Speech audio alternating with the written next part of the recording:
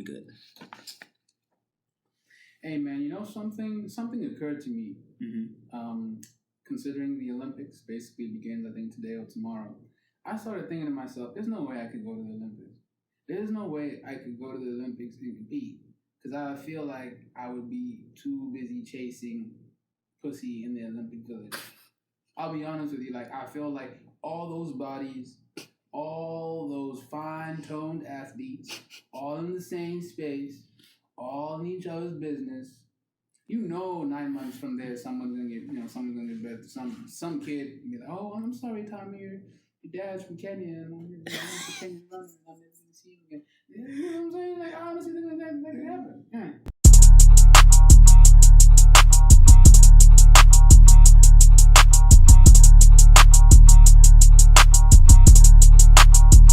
Yeah, you're right. People gonna fuck. It's been a thing since the Olympics been a thing. That's like Olympic Village and fucking. You can't have one without the other. People like sports and they like fucking. It's a thing. Exactly. Yeah. Ladies and gentlemen, welcome to this week's episode of the Culture Clowns Podcast. Welcome. We're your hosts. I'm HMT, aka M Kennedy Seabot.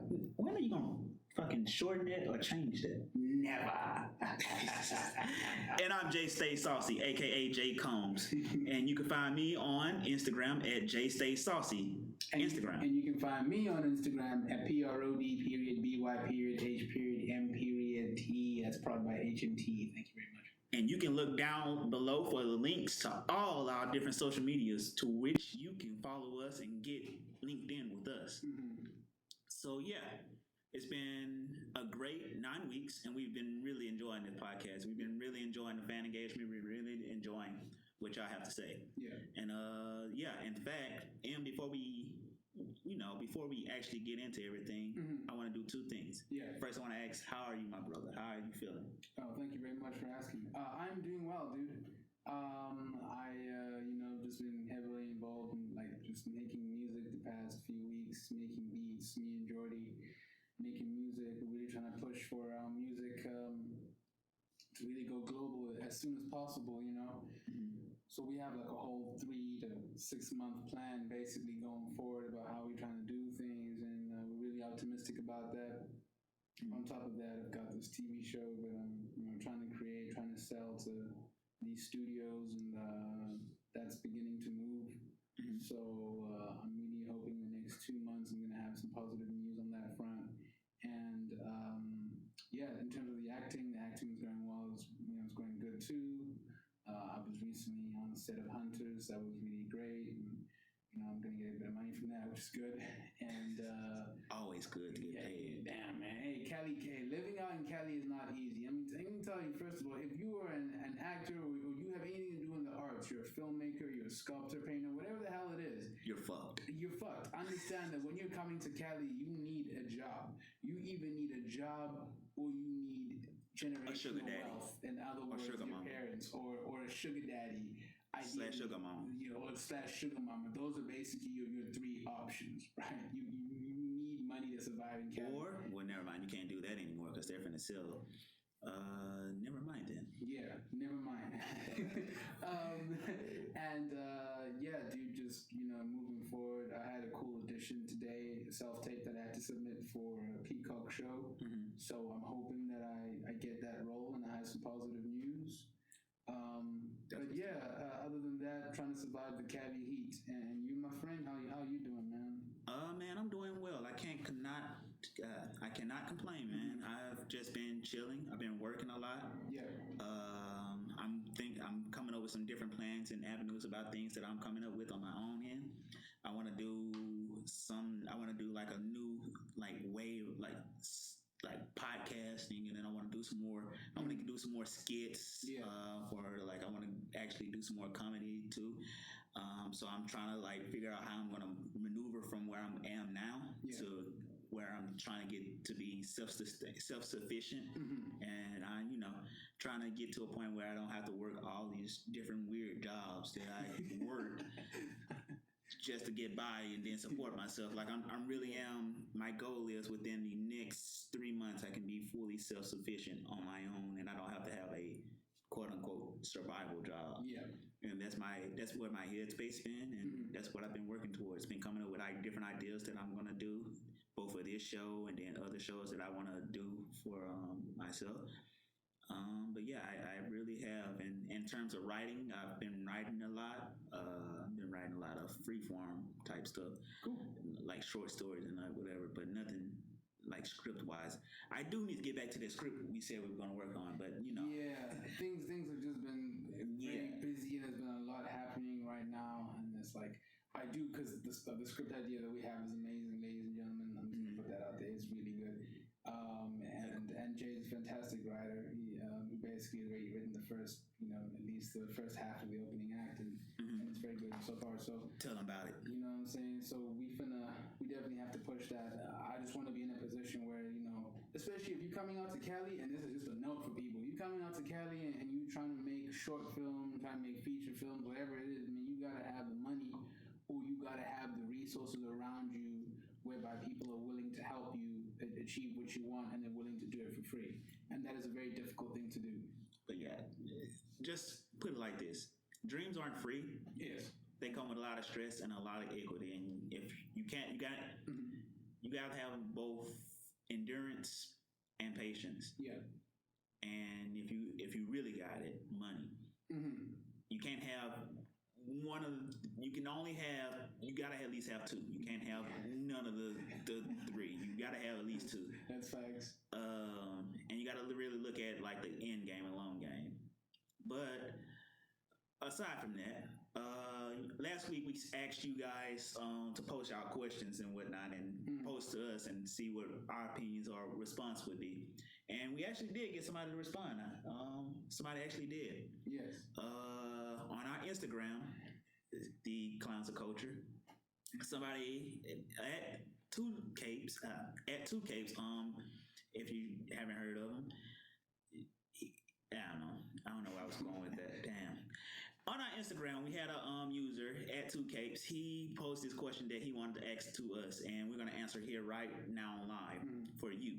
And that question was, you have to bench one, start one, and cut one. And the options are 96 through 98, Michael Jordan, 2000 to 2005, Shaquille O'Neal, and 16 to 18, that's 2016, 2018, not 18, LeBron James.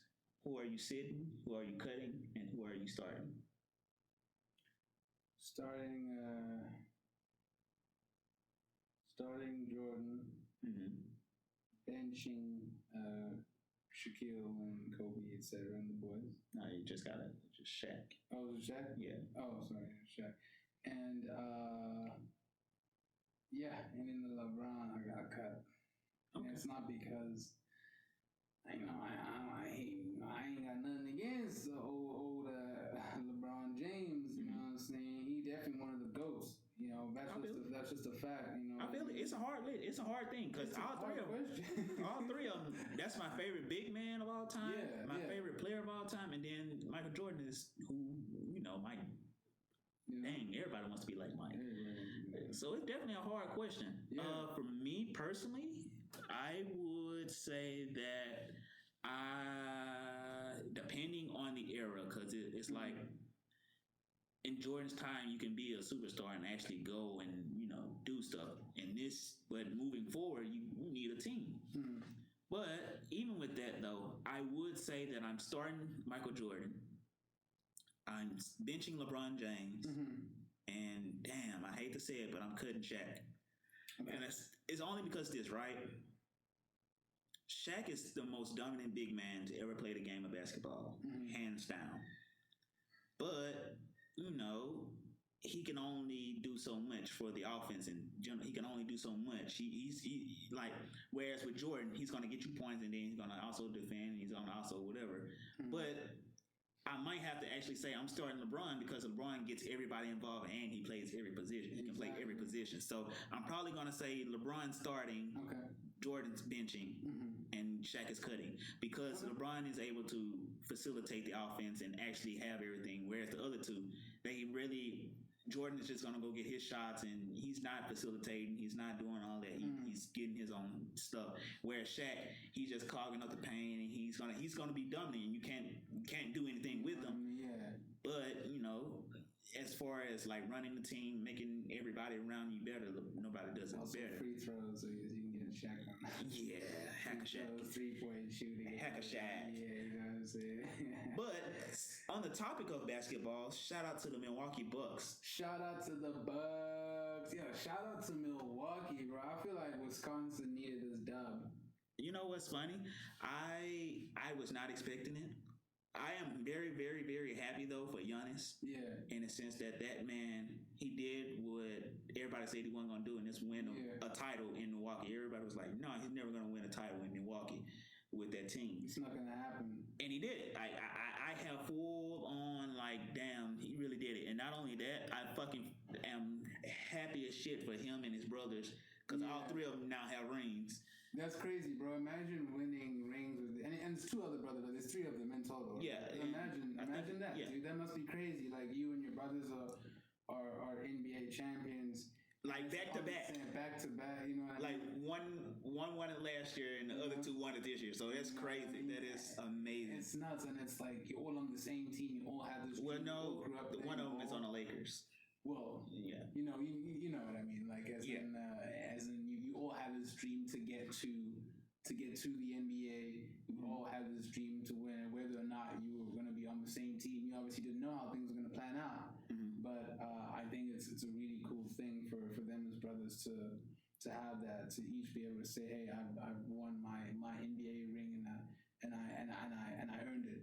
You know what I mean? I earned that shit. And also shout out to the other guys on the Bucks. Like Chris Middleton put in a shift, bro. Like Chris Middleton put in a shift. I think he proved a lot of doubters wrong, man. He was really putting up the points in the series final, man. And again, congratulations to Milwaukee. Congratulations to Wisconsin. I ain't never been to Wisconsin. I don't think I've never been either. I probably should check it out. You know what I'm saying? Now y'all definitely gonna get a little bit of traction because of this title, and I believe it's the Bucks' first title in 50 years.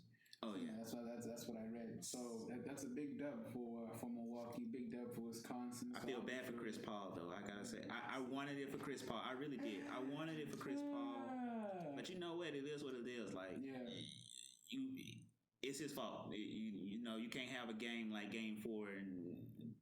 That was the turning moment. Like, they took momentum out of that game, and you turned the ball over 6 times. Devin Booker gave you everything he could, and you fucked that up. I mean, it is what it is. I do feel bad for Devin Booker. It could be that Kardashian curse, man. It really could be. That thing is real. I'm telling you. There are people who don't think it's real. I think it's real. I know it's real. I know.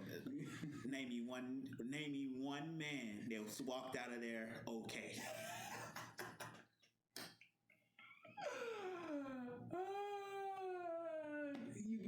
He's right though. Who has gone into the Kardashian family and has They turned one man into a woman. They did.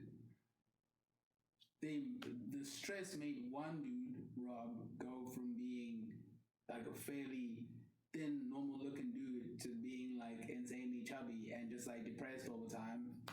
They fucked up Kanye. He got a new album. Yeah, everybody see how he's got out and now he's dropped a new album and it's heat.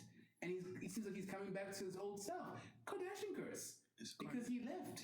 Lamar Odom is living his best life now. You know what I'm saying? Lamar Odom, they had him over and the whole house is cracked up and shit. You know what I'm saying? Now he okay. But he was out there. He was there. People saw him. You know what I'm saying? Like, people gotta understand, hey, you know what I'm saying? Hey. We're gonna get so much heat from Kardashian fans. We definitely. It's gonna be fucking. I laugh, we blow up, and then the Kardashians see this. I don't care. We want to talk to you. I'm not talking to any of you. No, stay away from me. Stay away. Stay. No. I'm putting on my. Once I get big, I'm putting on my Instagram, Twitter. No Kardashians. No Kardashians. I don't. No.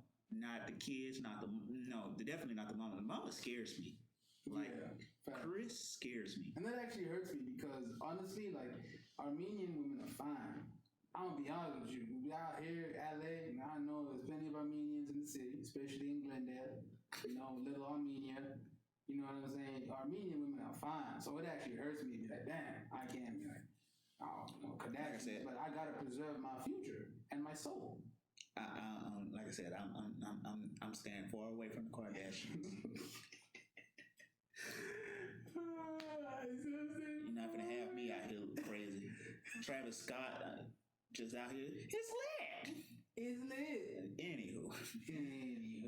So let's move on to one of the topics for today, this Dr. Dre thing. Does it change your opinion on marriage yet? Have you seen what I've been talking about? Are you? No.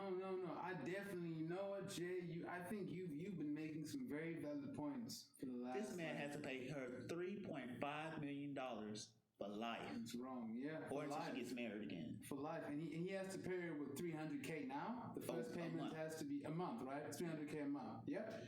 You know what, dude? It's crazy because. Look, granted, here's the thing. It'd be one thing if they had kids together, and which they do have kids together, but all their kids are grown. Exactly. So. You know, that's... Don't come at me with that. Oh, they got kids. I don't care. You want to know the damn studio making beats. No, he makes a very good point. You weren't fighting off Suge Knight. You were not. And you know what I'm saying? Being a buffer for Tupac, you wasn't doing that. No. $33.5 million a year. I seen that and I was like, God. Shut up. No, it's a crazy thing because I've been thinking to myself, like, bro, like, you know, as someone who's 24, turned 24 this year, I've always said to myself, if I am going to get married, it's not going to be before I turn 30 or 31. Because I know by 30, 31, I'm going to be financially sound. You know, I'm going to be more mature. I'm going to be in a position where if I have a family or I have a girlfriend and a wife and a dog, or a girlfriend and a wife and a child, or a girlfriend, a wife, and a child and a dog, I know I'm going to be in, you know, a good position. Like, I can take care of it. It's cool. And so for me, it's just like you know, it's things like this that make me like think like, fuck, maybe it's just not even worth it, to be honest. Like, it's actually, because think about it, you work your entire life, you do all this, and now somebody that comes in with a bag, you know, leaves with a bag. You know what I mean? And I'm like, $300K a month. Like, what are you doing? She ain't gotta do $300K. She ain't gotta do nothing else in her life. And why can't you get a normal job? This is one thing that I'm always reading in the comments. Like, people like, just get a job. And it's men and women saying just get a job, and I'm like, that's right. But even if she gets a job, just get a job. Even if she gets a job, he still gotta pay her $300K. You see what I mean? And that's just messed up. And like you said, they have kids, but the kids are grown. So what do you need? You don't need the child support. You don't need the spousal support. You should be able to take care of yourself. You're a grown woman. You're not disabled. You're not elderly. You're not past your prime. You could still get work. You could still take care of yourself. And for me, it's like, okay, let's say you decide not to get a job or whatever, not to take care of yourself. Why is it his problem now that he now has to pay you $300K? Like, my point exactly. That's all I've been saying. You could live a modest life with a nice, chilled residence, simple. Whether it's an apartment in New York or a townhouse here in LA, you don't need $300K for that. You know what's wild? It's gonna be people saying, "Oh, it was the lifestyle. It's too much of a drastic change in the lifestyle." Well, my thing is this. Okay, cool. It's the drastic change of a lifestyle, but guess what? That lifestyle was provided by me, and now you're divorcing me, or even if I'm divorcing you, we're done. After we're done, you don't get to live off of me anymore, and that's why I had this whole thing. I like I said, if marriage is not for everybody, and I know for me personally, that's just not a contract that I want to sign because stuff like this, it really is stuff like this. I'm trying not to cuss. Still, I'm like trying not to cuss as much. Thank you, YouTube. But no, like it really is. It's like I was having a conversation when I went on that podcast last week with the Darius and David podcast. If y'all haven't watched it or tuned in, definitely go check it out. When I was on their podcast, we were talking about marriage, and I was talking about, man, in real life costs more to get out of than it does to actually be in. Yes, no, that's facts, dude. That's straight up facts. Divorce is a messy business. You end up losing a whole bunch of your money, and you end up hating the you gotta pay. Was supposedly your soul. You know what's wild? You gotta pay. He had to pay her $300,000. You see, imagine that, bro. You have to pay all these lawyers' fees, bro. You're paying for your lawyers. You're paying for this, that, and then now you gotta pay her $300K, bro. You gotta on top of whatever else she's already gotten, because it's the $300K on top of whatever else she's already gotten from the marriage. So that's properties, cars, stocks, portfolios. Other little bits and pieces here and there. She's already getting a piece of that. You know what's funny? The moment I seen that, you know who I thought of? I thought of Lawrence LB. Shout out my guy LB. He's editing a music video for me and Jody right now. So you know what's funny? I was gonna send it to him. I was gonna send it to him and say, you still thinking that same thing about marriage? And I sent it, but then I was like, you know what? I ain't even gonna go down there. We like, I felt like we weren't that cool to where I could do that, but you know, it's still like one of those things. Lawrence, if you're still watching this, and if you're watching this right now, I really want to know: are your opinions on marriage still the same? I'm gonna definitely follow up with him. I'm gonna definitely make sure. I'm gonna DM him. Probably have a conversation with him, a nice conversation, and find out, what do you think after all this Dr. Dre shit that's gone down? What do you think? Because for me, it's like, damn, dude, I feel like marriage would be much more of an appetizing prospect for a lot of people if they knew they weren't going to lose their money. A lot of people would get married if they knew they could just marry someone and then just be like, okay, cool, the marriage is over, we take off our rings and we go back to our original names, it's done. We just file the paperwork and that's it. There's no, oh, you need to give me this, you need to give me that, blah, blah, blah, blah, blah.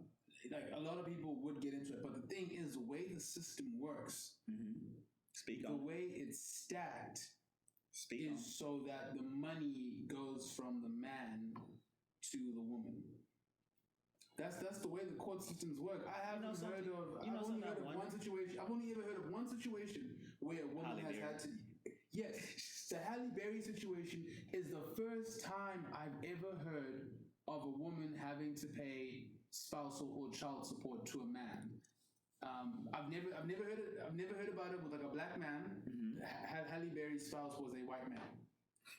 And I'm just saying, I know that the system works in weird ways, man, but I've never heard of a black female or a white female having to pay black male spousal support or child support. Never heard of it. Never, ever. This raises a question for me, though. I wonder, in gay marriages, how does it work out? I'm pretty sure it's still the same. Like, you make the stereotype that it always goes on a man. So if it's two men, like who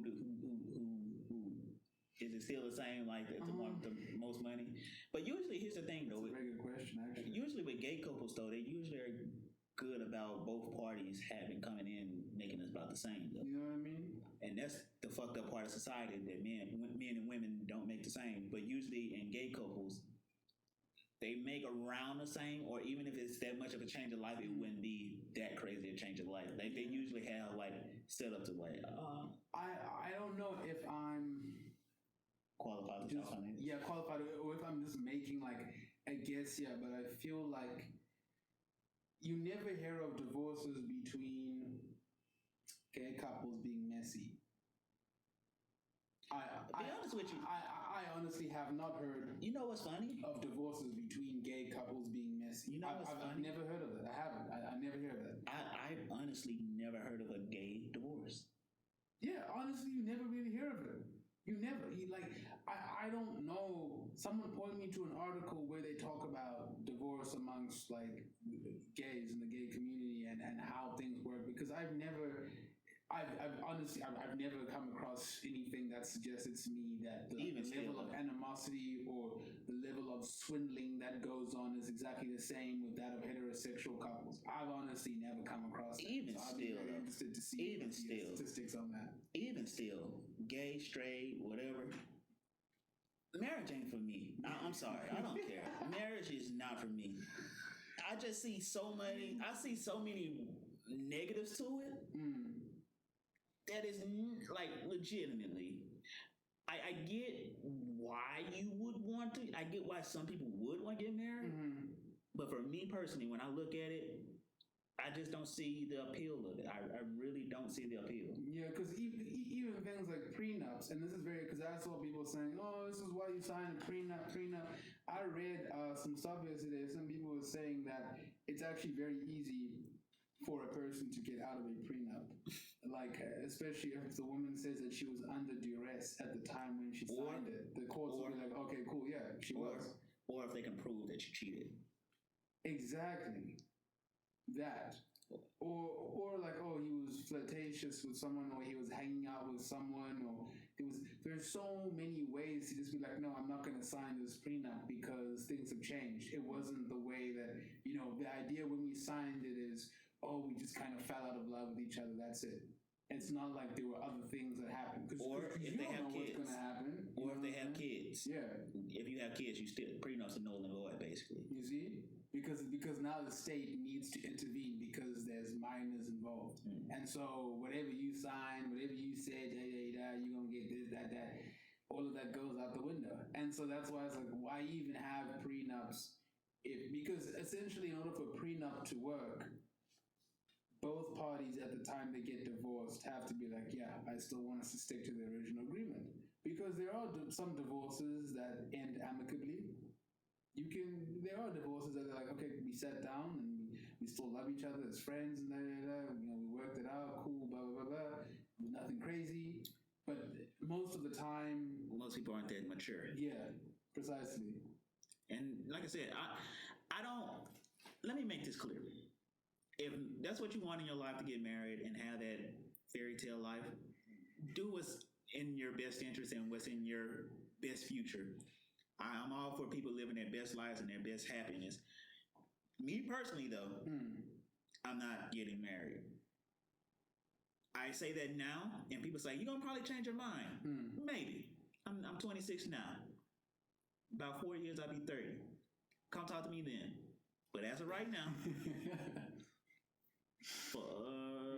forget marriage and FDK for life.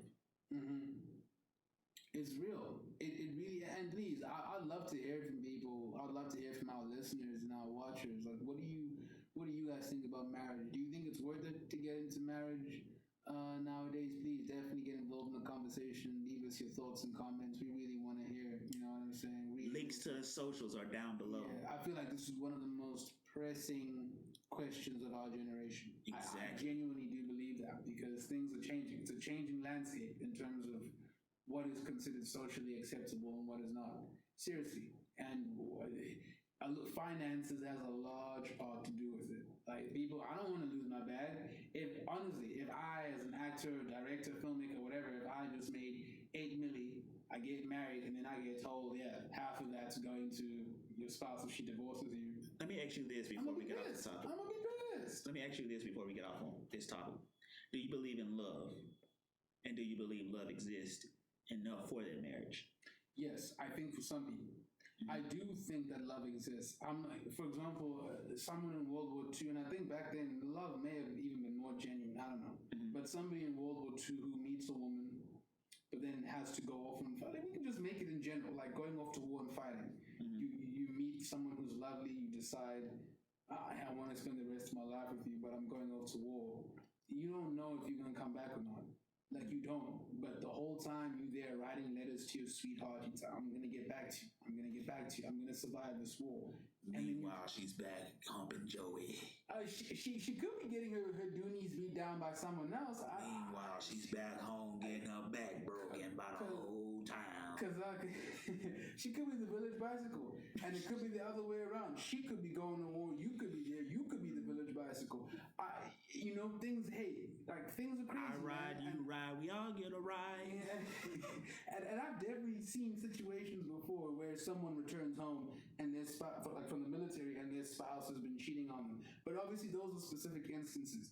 In general, like the vast majority of the instances where somebody returns home from war and they have their spouse or someone who they're deeply in love with, who they want to marry, who they haven't really proposed to, and it's a thing of you need to have, there has to be a certain amount of connection between you and that person, and I think that's the love. because I'm not going to go to war and be like, I'm going to survive getting shot at, getting sniped, getting bombed, all this, dropping out of an airplane, to come back to you and just be like, oh yeah, no, I was just playing. I know when I was writing those letters to you, I was just playing. I do think that love is a thing, but I think sometimes people mistake love for lust or for interest. Right. And you need to be careful. Right. There's a difference between love, lust, and interest. Right. Big difference. You hit the nail right on the head. That's exactly what I was going to say about this. Before we get off this topic, that's exactly what I want to say is, for me personally, I think there's way more lust out there than it is actual love. Yeah. Because of, and for me, I want to believe that there's love for everybody out there, but I honestly, genuinely seen how things work out, and coming from like background where I can only name 5 people who are actually married and actually stayed married past 5 years. I realized that is maybe marriage and their love it isn't for everybody. Yeah, it's not. It's not gonna come to everybody. It's not. And that's the sad part. And for me personally, maybe growing up, that's kind of traumatized me to the whole idea. Here we are sitting on a comfort couch.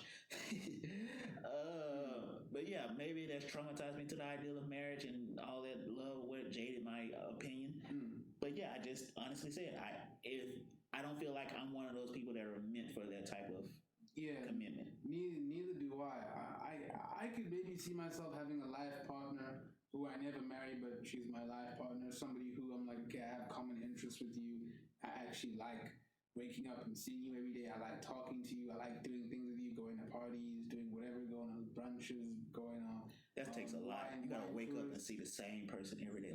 It does. Still here. It does. It's a lot of commitment. And I think that's the thing. A lot of people are like, oh, okay, I can do it. I can do it. And then they get into it. Like, for example, people who meet someone and then 2 weeks after they've met them, they propose. I'm like, how often has that actually ended up working out? How often has that couple lasted 25 years? 20, 25, 10, shit, even 8 years. Well, shared marriages. Often? Well, here's the thing: shared marriages work. Like statistically speaking, they work. I mean, not shared marriages, arranged marriages. They statistically work. So, I mean, that's. Oh, I mean, yeah, I guess. And also in traditional societies, you don't have a choice. I'll be very honest with you, as someone who's from the so-called third world, I can tell you straight up that, like, traditional, you don't have a choice. Whereas, hey, so cheers, that guy from down there, from down the valley, he's coming for you, my daughter, and we've told him we're accepting his 15 cows and 2 sheep. So, yeah, I guess you're going to be going over there and pumping some babies out. And, that is what it is. Like, that's the thing with arranged marriages. And arranged marriages, let's be honest, happen in traditional society. Arranged marriages hardly happen in the Western world. It's very, very seldom. I would legit look at my. I would look at my. It'd probably be my mom. My dad. I don't think he. My mom. If she came to me and said, "Hey, I got somebody I want you to marry or whatever," I would dead look her in the face, and this would probably be the only time I would say this. But I would dead look her in the face, cuss her out, and probably slap her and tell her get out of my face. Mama, I'm not doing this. Mama, I don't know why you would come and say some dumb shit like that. No, I'm not even gonna lie. I don't know if I don't think my mom knows me enough to choose the person that I want to be with. You know what I mean? I'm like, my parents would need to really understand me and know me full out to be like, yo, we found the perfect woman for you. Right. Because at this stage, they could just pick any random old Shona girl for me, and it's like she might not even be into the same shit I am. It's just a cultural thing. It's the same culture, All right. Anyway, yes. So moving on to the next topic. And so what we're going to do with this next topic, from last week, if y'all have been paying attention, we was doing this questions with M and J. So instead of doing question of the week or question of the day, this is what we're going to now name questions with M and J. And with questions with M&J it's basically question of the day, but just flipped. And it's basically where we give our opinion on this topic, but it's directed towards you and your opinion. And we want to hear what you have to say. So definitely when we drop this question of questions with M&J, we want you to go down to the links below and definitely link in with us and give us your answers. So today's question from Questions with M&J is, what would you do if you had Jeff Bezos money? Questions with M&J. What about you? What you got? What would I do if I had Jeff Bezos money? Going to space? Honestly, yeah, hell yeah, I would. If I knew it was safe and I knew that I had a good team behind me, or a good team ahead of me, you know what I mean? I would do it. This man went to space. It's a once, and to be honest with you, it wasn't even like space. It was like the outer atmosphere of the planet. It was hardly space. Like, you know what I want to know? Hardly space. I would want to go to space just to see if flat earthers just prove flat earthers wrong. I want to go take a picture. Hell yeah. So are you flat earth people? This what y'all think? Oh yeah, I would take a whole photo and then I would upload it to the Flat Earthers Reddit forum, and I'd be like, "Boom, bitches, there you go." But yeah, they have this whole race to space thing. For me, the billionaires, it's ridiculous. I just think to myself, fucking all the problems we're dealing with on this planet, like they're trying to run away from us. They're trying to run away from us. That's what I was gonna. And Elon Musk was talking about like putting our trash out in space, and I was like, dude, like.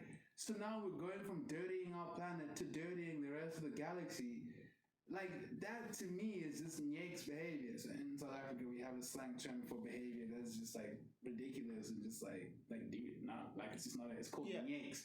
That to me is Nyek's behavior, dude, because just think about all the other intergalactic species out there or biomes or planets that could not potentially be poisoned because of the space junk. I don't think it is. Here's the thing. I don't think it will leave our atmosphere though, unless they shot it way out. And even then, it gets caught in the asteroid belts. Yeah, it could drift off into space. We don't know. We don't get to control that. That's my whole thing. Like, so now we're just gonna pollute space. Like we need to come up with better options. And it's like, you as this billionaire, you could be spending money. Actually trying to solve the issues that we have, trying to research, put together a 100-member council of engineers and make a Tesla chamber. People, do something serious. Instead, you're like, oh, I'm just gonna take my money and I'm just gonna go off into space. But that's crazy, man. To have that much money, you ain't got nothing else to do with your time but go to space. Dude, that must be nice. It's nice. But that's very nice. That really is. Like, you know what? Today. He probably ain't do it in the day, but still, wake up. I'm going to space today. It's about that time. And they trying to leave us. Don't get it twisted. They are trying to leave us. But guys, damn it, when they do leave, I'm going to be on it. I'm finding, I'm going on Twitter, Reddit, whatever, back page. I'm finding where they lunching from, and I'm hitchhiking. You're not going to leave me. All of that. But nah. Indeed, whatever. That's something you check out Indeed. There's probably some good jobs on there, too. I'd be over there, and I'd be like, I'd just be disgusted. Disgusted. And so if I had Jeff Bezos money, you know what I'd do? I'd buy all those job search websites and just to buy it and like get their profits. And just to look and be like, just disgusting. You jobs cannot, and put a ban on all these jobs, but like, you can't hire anybody if you hiring this much. There's people, I kid you not, in California, there are jobs on Indeed that are less than $15 an hour. I'm sure they are. No, there are. There are. That's shocking, dude. That's disgusting. They want you to know, listen, if you thought that this was going to be some high-class shit, you got another thing coming. Some of you still going to be working in the trenches. It is what it is. Just be happy we're providing the service for you. Like, that's basically it. Instead of having to go down to the city manager's office and sign up for trash duty, and sign up to be a government, you can do it on Indeed. And they wonder why people don't want to go back to work. Yeah, I'm like, why are you guys shocked that people don't want to? People are getting back from other things, PPE. People got methods of getting money, EDDs, getting money from child tax credits. And they're getting more money than they would make at their regular job. So why would they go back? Why? That's ridiculous. And then rather than pay them an actual livable wage, they rather complain about them getting all this other stuff. It's like you guys don't get it. You don't seem to understand. And anyway, dude. Look, Jeff Bezos is incredibly rich. And if I had this money, though, I'm gonna be honest. For one, I'm never working again. For one, and for two, I would legit I would spend my time really just traveling and like doing philanthropy type stuff. Where even when you do philanthropy type stuff, it's like it's nothing. But for me, I would just spend my whole time traveling in a different time. Like anytime I don't feel like being somewhere, just going somewhere, take a jet. Oh, I don't feel like being here. I'm gonna take a jet. And I definitely, I would go to space too, man. Like you bored, you get to see. You got so much money, you can literally get to see everything you want at any given time. Would you have a runway on your property? For like planes and shit? I'm not even gonna lie. I would have a big ass house like that. Or at least a helipad, at least. I'm not even gonna lie. If I had that money, I would legit have like a whole miniature, like a plane, my private jet. I would have like one there. Like I would have my own private jet at my house with the helipad in the back too. That makes perfect sense. And it's gonna be my own private airport. Like it's just where my plane is and everything. Do you think it's because I mean I do. I think it's just wrong, but. Do you think it's wrong for Jeff Bezos to be doing this, like flying out into space and shit, showing off his money, knowing full well that he's not taking care of his own workers, and that the money that his workers have made him through all the work that they do is what actually ended up paying for this in part. The U.S. government also paid for it in part, which means that your tax-paying money also went to it as well. But I just want to know specifically in the case of his portion of money that did go into it and the money that was made by the workers. You have to look at it this way, though, right? Here's my thing. People always blame capitalism for everything. Capitalism isn't bad. The systems in which we allow people to thrive and stuff, that's bad. But no, I don't think it's bad. He has the money. He earned his money. He did something that's game-changing. He made a game-changing discovery in life that he did. You can't live without. Like, he said he wanted to deliver shit to people within 2 days, and he did. Yeah, and so you cannot get mad at him for that. And so I don't begrudge any type of capitalism or any type of people that like make money doing their thing. And so even if it takes advantage of people. But here's the thing. Amazon, they're horrible workers. They have horrible standards for their workers. It is trash to work for Amazon. But Amazon also, compared to other retailers, pay way more. Okay. Which I have heard. I'm not too sure about the specific amount. I don't know. But like, I haven't. Here's the thing. Like, I get it. It's horrible conditions. And hey, it is. It's horrible conditions. I ain't gonna argue with that. And I'm not gonna make any excuses. But it is what it is. It's like you say, okay, he's treating his workers bad, but it ain't like his workers like compared to Walmart workers, Amazon workers get paid way more. Granted, they do have a lot more stress. And also, if you look at Amazon itself as a business, what is Amazon the business of? You can go on Amazon and create your own business. So while he's like doing all this, he's making people like have livable wages by creating their own stores on Amazon. That is true. It's people that even became millionaires. There even became people that became millionaires just from using Amazon. And I feel like that, and that's twofold because definitely, like you're saying, it's created a platform for people to be able to sell their products. And at the same time, there are people who are saying that things like Amazon are actually stealing away opportunities for smaller businesses, people to go into businesses and buy stuff, which is true. But then I guess it just comes down to the competitive nature. Well, here's the thing of capitalism or the economic system. Here's the thing. Like, what else are you gonna do? My thing is this, right? And my thing is, I like capitalism because I love what it can do. Like you don't have people dictating what you can make and what you can do. And at its core is really going out and selling products and making your own money Like you use other people, like, oh, you use other people. No, you pay people to do stuff for you. That's just, life.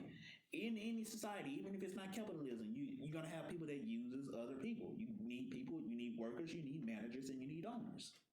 That's just life. But what I will say is this, though. I would say that the whole argument that is fleshing out small businesses, that is a concern. Yeah. But they said the same thing about Walmart, or they say the same thing about Walmart. The problem is this. Yeah, it is competing with, it is taking away from small businesses, but small businesses will never go away. Because you're going to have people coming up. And you're going to have people that's going to have ideas to do things. And I do get the whole, it takes us away from small businesses, but at the same time, competition is competition. And I got a product that's better, then hey, which raised this other question, the whole black owned thing. My whole thing about black owned is cool. I want to support black owned businesses, but black owned doesn't mean best owned sometimes. Yeah, I be telling people the same thing. And it's also, exactly what you're saying. Again, black owned businesses, great, fantastic. The only way you're going to resolve a lot of the issues within the community is through encouraging entrepreneurship, encouraging business, encouraging people to understand economics, finances, etc., and supporting each other, building a base, right? So like Black Wall Street, etc., things like that. And I agree that we need more black-owned business. But here's the thing: if you're a black-owned business, you can't overtax your people. You can, and then be like, "Oh, why y'all don't support us? Because you're overtaxing us, and your business model and your business stuff, your business is trash." You can't be like those two kids who tried to hustle the baby. Exactly. Because that was a prime example of what people in the community try to do.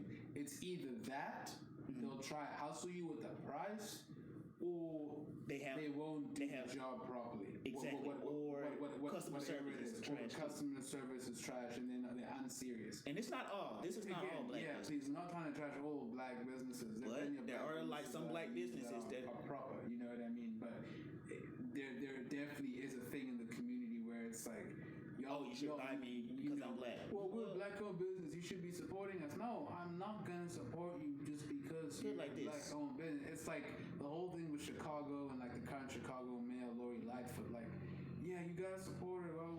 Well, she's doing a bad job as the mayor, and I should support her just because she's a black woman. Like, that to me doesn't make sense, guys. Like,